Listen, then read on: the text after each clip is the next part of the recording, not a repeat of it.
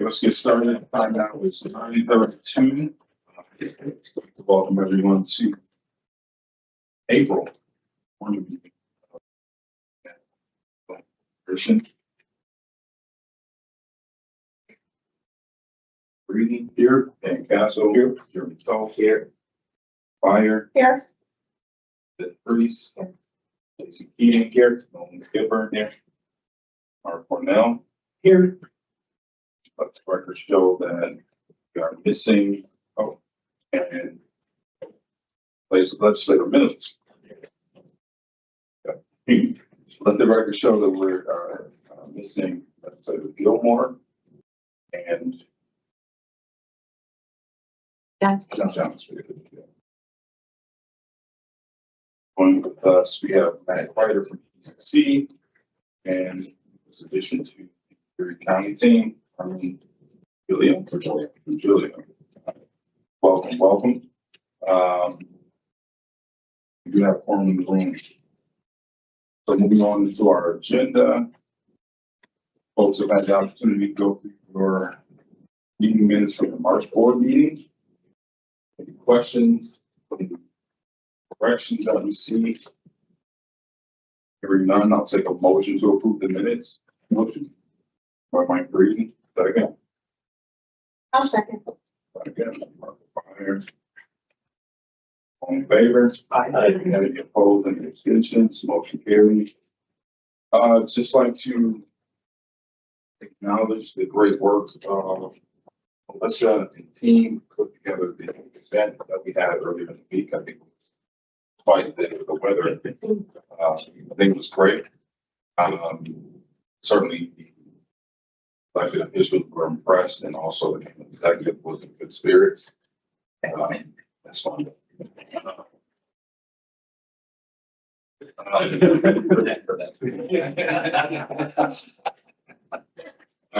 But I think one of the highlights was getting to meet Carlos from CLW.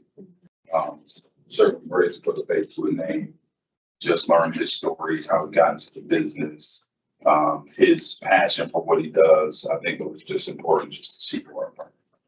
And the crew. Yeah. So, The job interview was something else. yeah. Right. So, if nothing else, we can move on to number 3 in our executive report. What's up? Okay. Hi, everybody. All right. So the financials, everything's good. We have a big investment coming out on Thursday. We already did the trade. We withdrew 1.3 million for our monthly expenses coming up, and put just under 4 million back into reinvestment. We were at a 3.9% interest rate. Called and talked to me about things I didn't understand, but it sounds to me like basically if we were to do shorter terms, we wouldn't get as good of an interest rate. So we went out with the longer term. We're still unclear of, if we'll have to pull that money sooner or later, but we thought the benefit would be to take a larger interest rate at this point. So we just tacked it on to the next month. Our expenses are running about just under $1 million right now, monthly, maybe a little less, but we have a lot of the make ready process going through permitting, which we'll talk about. So I don't need to get into that. We're at just under 2.5 million in investment returns. Okay, so some good news. We're going to go back to the Connect All. Connect All has released their 4th phase of the municipal infrastructure program. That, if you recall, a year ago, we applied for their original grant. We went through quite a bit of work. They were originally going to include middle mile work networks, and then they pulled that out last minute.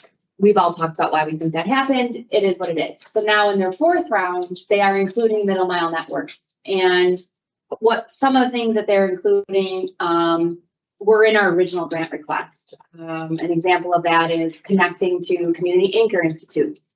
That was like the basis of our original grant. And so paying for the laterals for those. Need to pull up this. And then the network equipment piece. So they're including, network equipment. So who could be the biggest beneficiaries of that? Erie County in general. Erie County's, network expense is what? 2 million? Yes, that could be covered by the grant. So there's significant benefit for ErieNet to go after this grant, including the city of Buffalo lateral that we were putting on with some of our operational costs with the deal that we have with the city of Buffalo. We can go after those 43 site lateral connection costs, which is about 2 million plus. The grant is up to $10 million, and we think we'll be close to that. We are including, at this point, it looks like, we're just kind of finalizing some numbers, including the additional county parks that were on the 10 priority list.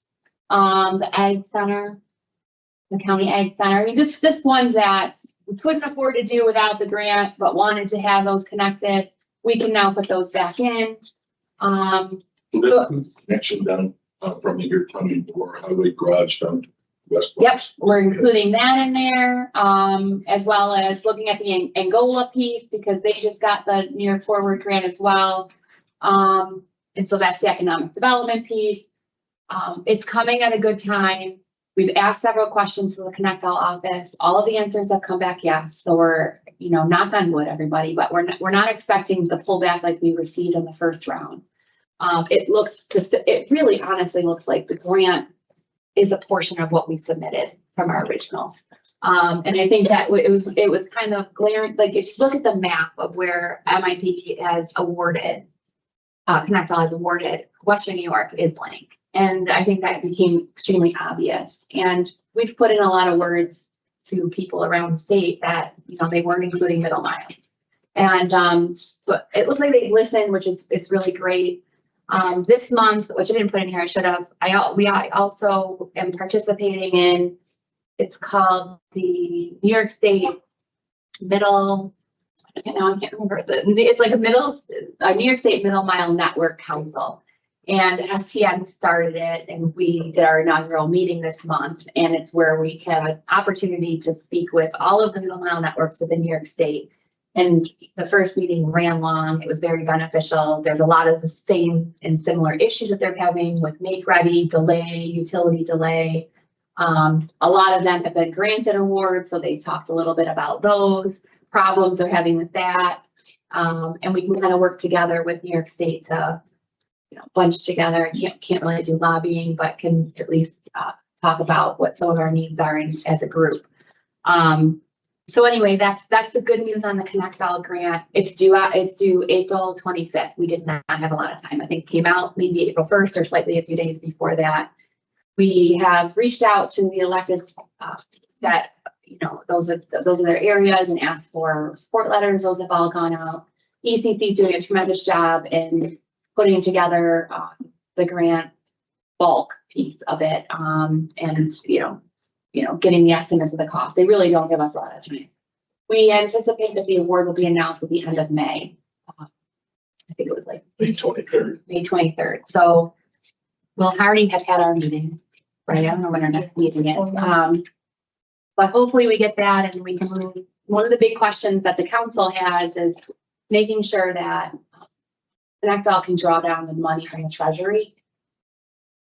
So we're working on making sure that money has been drawn from the treasury since the new administration came in, that there's money there because they had only drawn enough to cover the original MIP first round grant. So, there's some, there is concern because it's coming from a new administration, but I don't think they'd open up the grant if they felt that they could. Question on that, is this a reimbursement grant? Oh yeah, it's the same rules. Yeah. Well, here's the good thing. So what we're applying for with the exceptional laterals, but like some of the equipment, it's equipment purchase. Mhm. So you can get through those milestones quickly and get your stuff reimbursed quite quickly. So Yeah, it's just not as, if we purchase and they pull the rug out from under, yeah, which is a I think we thing that's need- been happening Yeah. frequently. hopefully by June, when we would have to sign the agreements, we'll have a better sense of what they're pulling down and that New York State has that money in their hands. Any other questions on that? Okay. For the annual meeting, again, thank you everybody for that. That was another great event that we had put together and it was successful. And the county executive in a great spirit there as well. And so we're gonna send over, like we did last year, Courtney's gonna send out just a few questions. You guys take some time to respond to that. And we did use some of your suggestions this year, so they're very helpful. Can't remember what the big one was. Oh, name tags, like, you know, so everyone knows who people are. That was very helpful, I think. And if you want to see it go in a different direction, if you want to bring in different people, if you like having the guest speakers, just let us know and we'll accommodate that for next year. And then construction time update. Are you covering that in your report or? Yeah, I was gonna touch on it. Okay, then we'll just let Matt do that. And that's it for me. Well, if you see in my report, we have, several hundred permits in play. All the permits have been submitted to the different agencies. Most are in the agency's review. So we're coming near the end of permitting. City of Buffalo has been good to work with. We've worked out a number of precedences, so we do need to get a make-ready contractor's license through the city. So that will be a push that we'll have for the, hopefully the next May on the council meeting. Because it does have to go in front of the council, I've been told. Make ready, again, most of the make ready design is nearly complete. National Grid's been catching up and we've been getting some good progress out of Grid. They're now releasing make ready packages to our contractors. So our contractors can get on the poles, make space for our cable, and then CLW, some of you met last Friday, will be out there with their trucks. So we think we'll start with one crew with CLW. Probably in May, we'll have enough work to add a second. By June, we'll have 3 or 4. By the summer, we'll have as many as they can field. So The make ready, sorry, man, right off, but on the make ready piece, this month, we did have a meeting with National Grid. I'm the county executive. National Grid has added a weekly meeting with a bunch of people on there, including us, or not, Leidos, who is the engineering that's working with National Grid.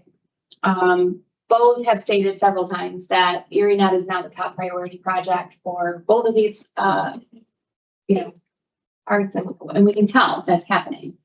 So, I think there was a little bit of grid delay, but there was a little bit of delay on our contractor with or on our engineering with Leidos as well. And, we feel pretty good with the increase in focus on both of those entities that we are starting to move along. We had a slight scare with NISAG as well, where we weren't in a good timely manner in terms of getting the work completed, and that has been resolved and they're satisfied with our timeline to move forward as well. So all of those have contributed to what Matt was just talking about, getting these packages out.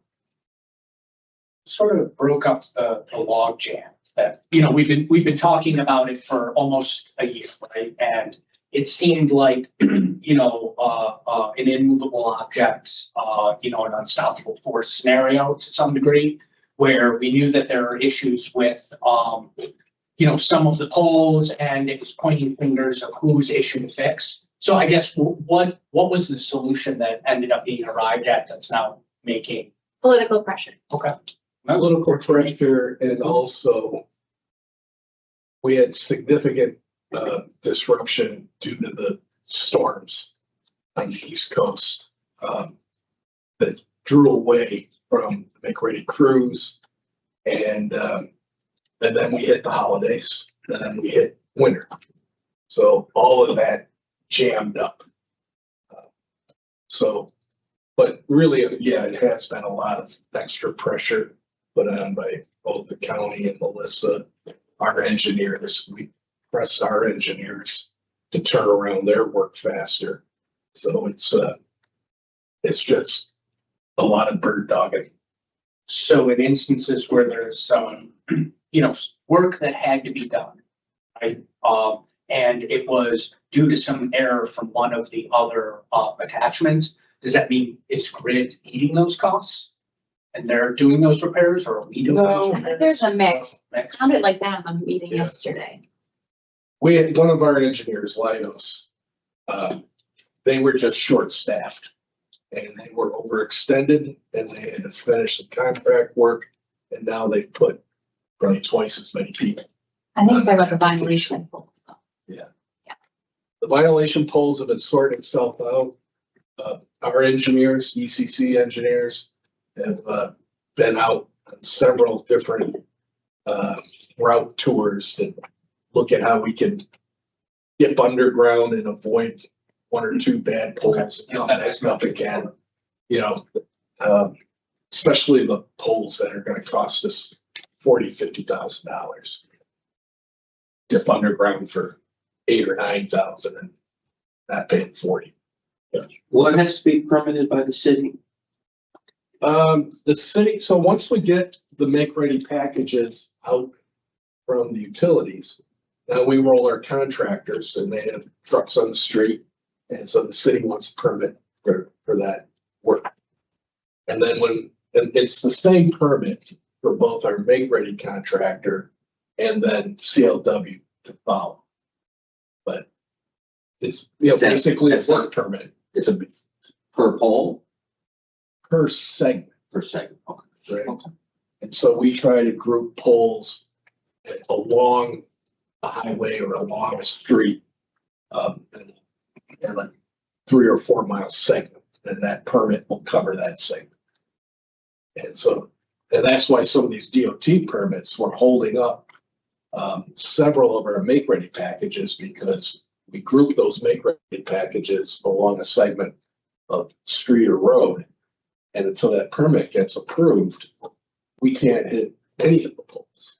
So that's pressure we had on Region 5. And Region 5 has a new regional director. He's been sympathetic to our cause and we've had a noticeable improvement in turnaround time.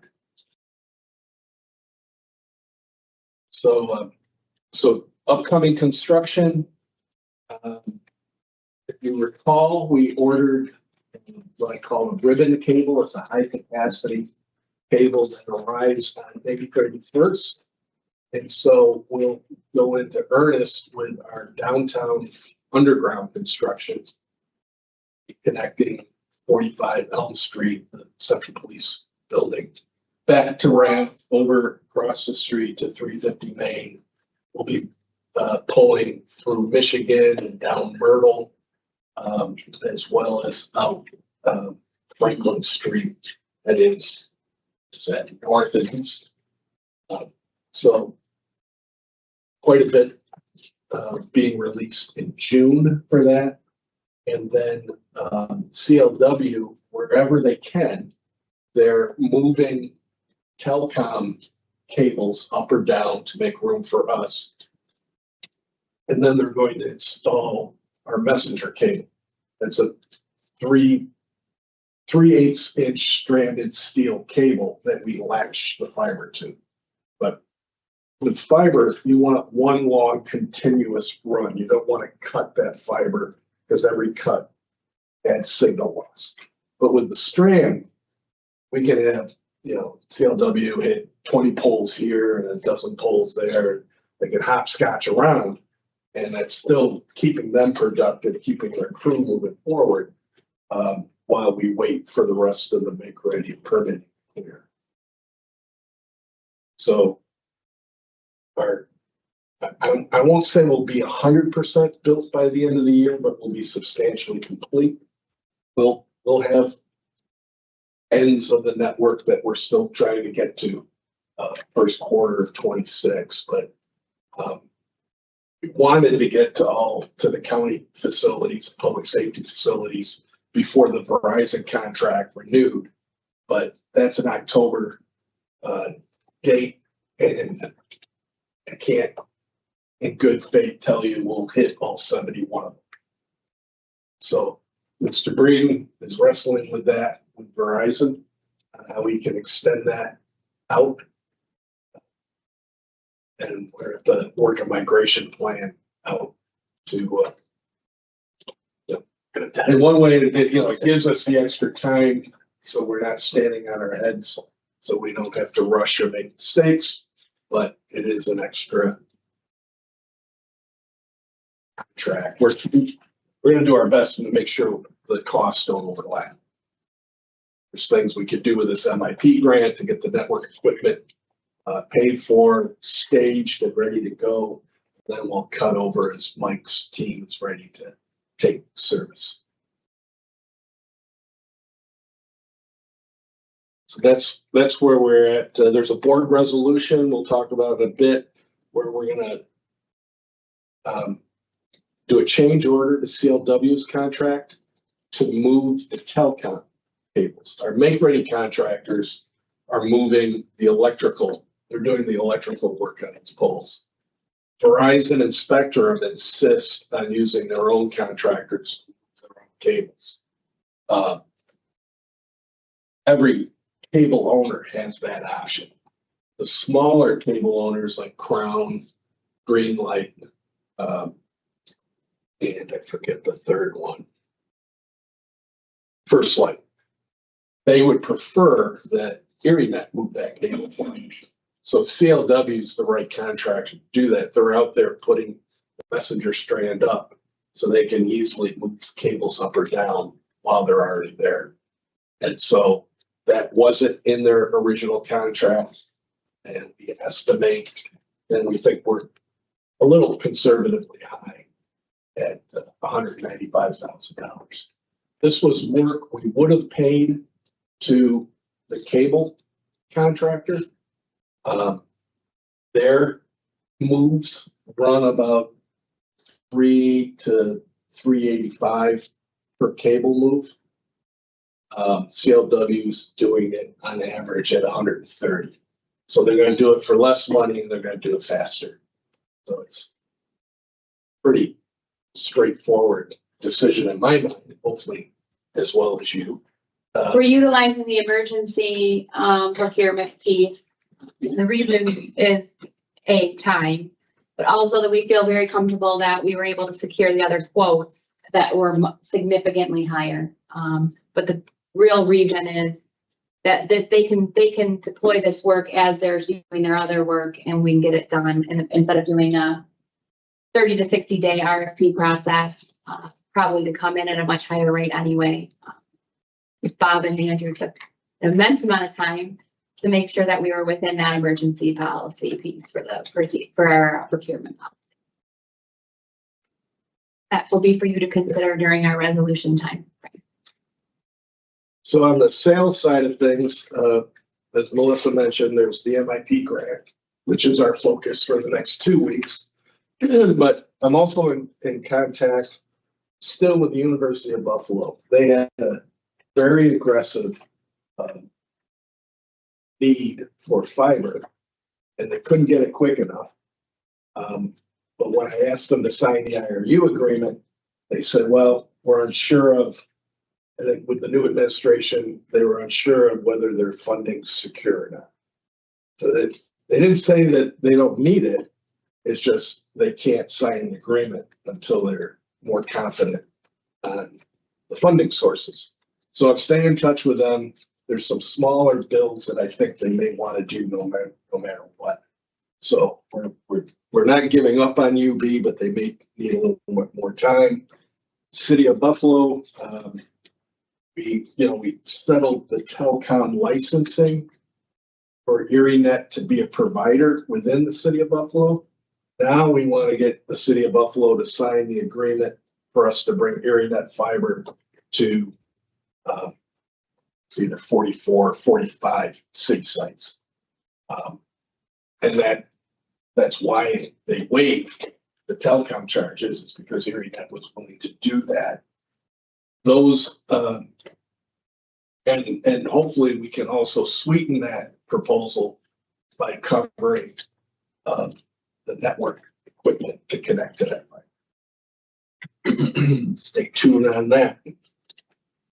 Buffalo School still owes us an RFP to respond to their fiber needs that they need renewed by July 1st of next year. And so when we're looking at the Connect All grant, we're also looking at where those city schools are, and we may gerrymander our route a little bit to just get us that much closer to the schools and help us be more competitive when that school RFP comes out. And that's what we've been up to. March. Mr. Adequate. So a lot of money going out. Do you have the capacity to process it all? I assume it's gonna get more and more. Yeah, it's good time. Courtney does the majority of that work. We're working on a process right now to do 8 more ACH payments and kind of automate everything through that Zoho piece that we have for the accounting. Is that what you're talking about? The actual process? Or the money? Yes, the actual process. Yeah. The actual process of keeping track and writing all these. Yeah, so, yeah, we have a good team. You know, we have an accounting team, we have Courtney, myself, Thomas signs off on all things. Sometimes Mark gets involved, but ECC, basically for all the construction work, they gather the invoices, let us know if they can be paid based off of, you know, what's coming in as the construction management piece. That then gets sent to us. There was some delay, but we worked through those kinks, I think pretty well. And I think this ACH central process that we've been looking into could help us, especially on like the utility side of things, because we were in the process of doing checks for everything. And so we have to send those out. We're just making sure there's no fees to us and making sure that it works properly before we do it. Yes, thank you. We're good right now. You don't have to hire anyone, Jeremy. That's right. Still got it. All right. All set? All right, moving on in our agenda, there are no committee report. Business, so new business, so right into the resolutions. So we'll hop right in. Resolution 2025-08, resolution of the ErieNet Local Development Corporation approving the use of video conferencing under extraordinary circumstances pursuant to section 108 of the New York Public Officers Law. I have a motion. Motion. Seconded. Those discussion. As you can see, the policy is in your packet right now. The public hearing, which was necessary for us to get to the today was today. So yes, no attendees. Also, I would implore you to review the policy in case it applies to you. And secondly, there's also a form in your packet today. So if there is an emergency or as it's noted in extraordinary circumstance, you got to let folks know ErieNet within 10 days or prior to 10 days. It doesn't matter. It could be that day too. Okay. Yeah. So review the policy. If you have any questions, let us know. But this gives the board a little bit more flexibility. You're going to see things about 10 days, but because ErieNet always advertises with a link right away in our notice, we don't have to adjust anything. And so if you cannot read the policy, but if you cannot make a meeting and you need to join, if you can't make physically in the person, you need to join via teleconferencing, you have to let me know with that form.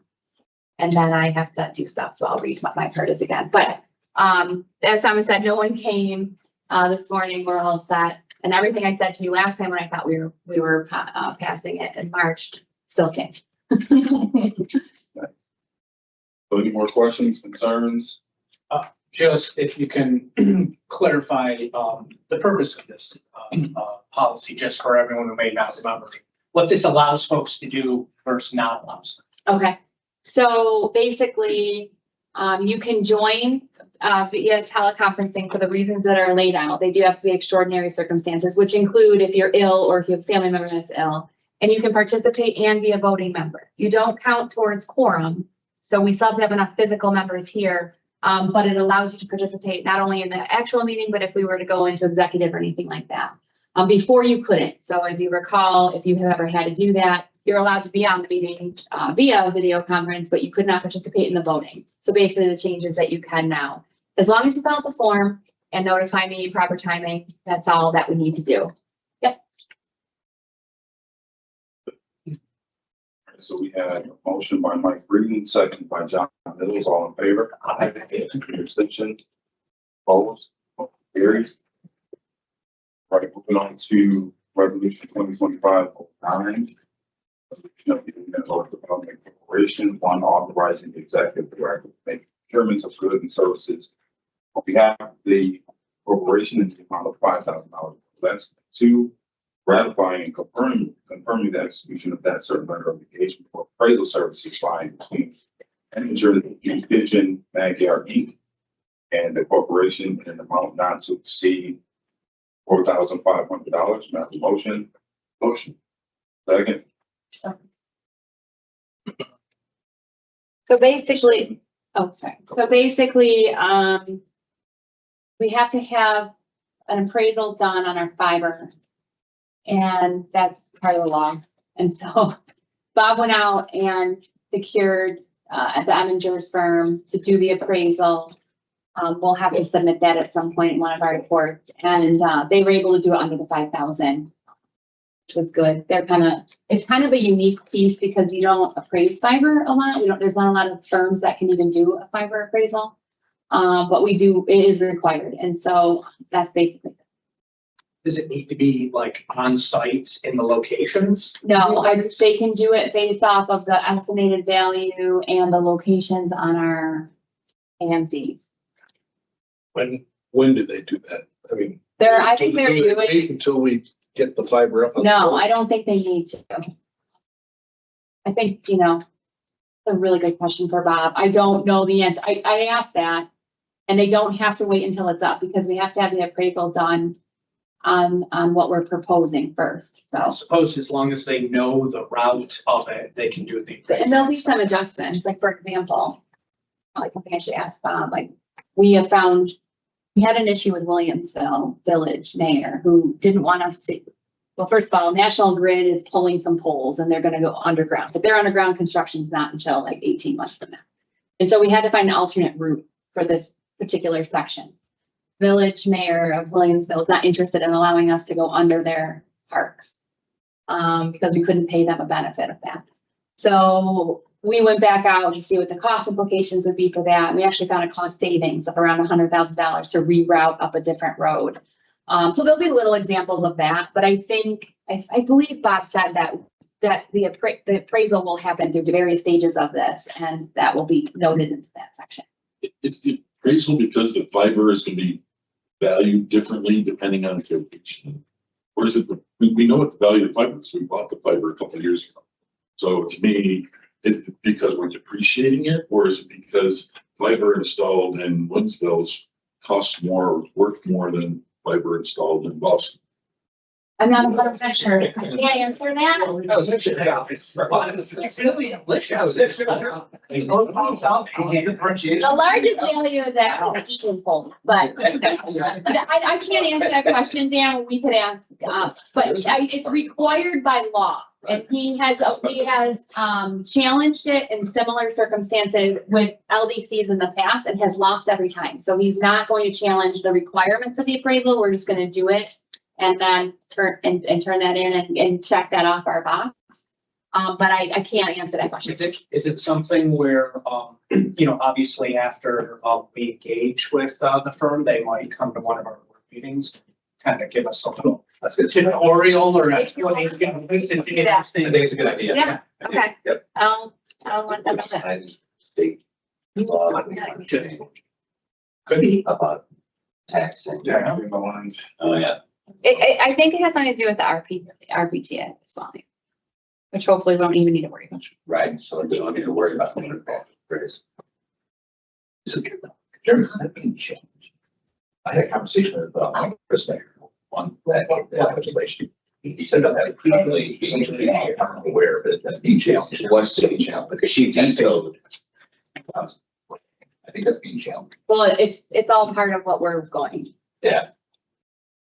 It is being challenged by the county. So you got that note to Yep. have those folks come to a board meeting, give us the synopsis of what they're doing for us. Sure. So we had a motion by Mike Reed, seconded by Grace. All in favor? Aye. Position, attention, carries. Resolution 2025-10, a resolution of the ErieNet Local Development Corporation authorizing the negotiation and execution of agreements by and between corporation of one, Osmo Utility Service, Inc., two TRC Companies, Inc., to engage Osmos and TRC to provide certain engineering and design services for the attachment of broadband assets upon and within National Grid infrastructure located in Buffalo in an amount not to exceed $135,000. We have a motion. Motion. Second. Second. Justin. Thanks, Chuck. Discussion. What is it? It's just 25-10. So we. Oh. I don't understand. So why we're doing this is, we have a make-ready design contractor that's Leidos, who's doing, the bulk of the grid work, nearly 13,000 poles. But they're stretched, they're at capacity. And we need to begin the city of Buffalo build. And so we need to get all of those make-ready packages submitted. And so Leidos actually declined to bid on this RFP because they didn't have the bandwidth to take it on. So we were hopeful that TRC was going to submit a proposal, and they did. And so did Osmos. So we got two. They were close.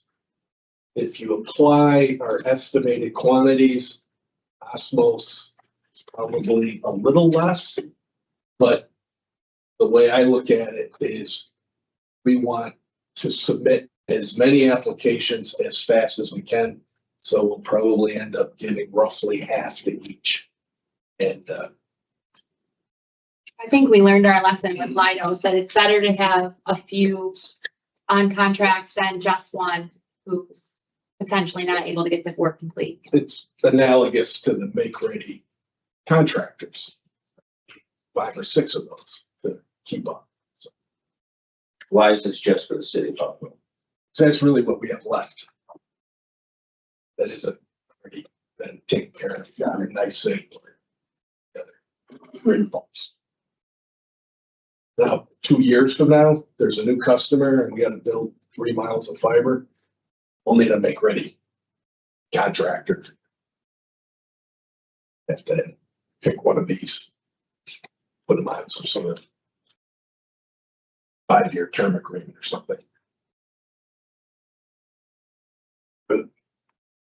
Questions? All right. We had a motion by Mike Green, second by John Spears. All in favor? Aye. Motion carries. Last one for the day.